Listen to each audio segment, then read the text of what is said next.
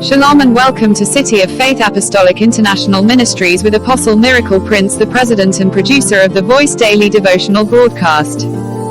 Time for the Word.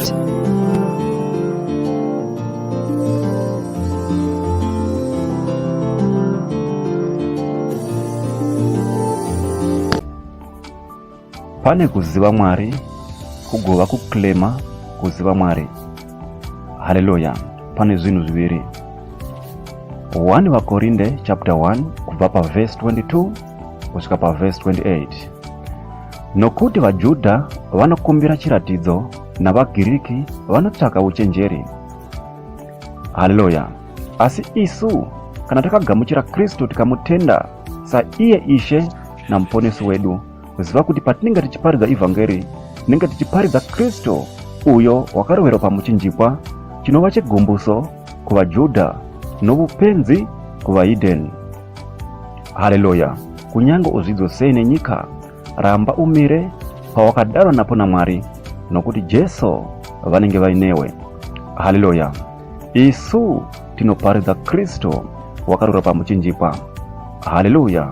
Vupenzi kuvaHidden, nokuti munhu unoparidza evhangeri, shoko raMwari rechokwadi, nyika inogona kumuzvidza, nyika inogona kumumhura, nokuda pokuti Kristu vupenzi kune vanhu vasingamuzive, asi kuti kune vanhu vakamugamuchira. Kristu isimba raMwari. Haleluya. Say, I love Jesus, I love you my master. Nokuti hama dzangu, tarirai kudanwa kwenyu. Haleluya. Kuti havazi vazhinji vakachenjera panyama vakadanwa naMwari. Havazi vazhinji vane simba vakadanwa naMwari. Havazi vazhinji vanokudzwa vakadanwa naMwari.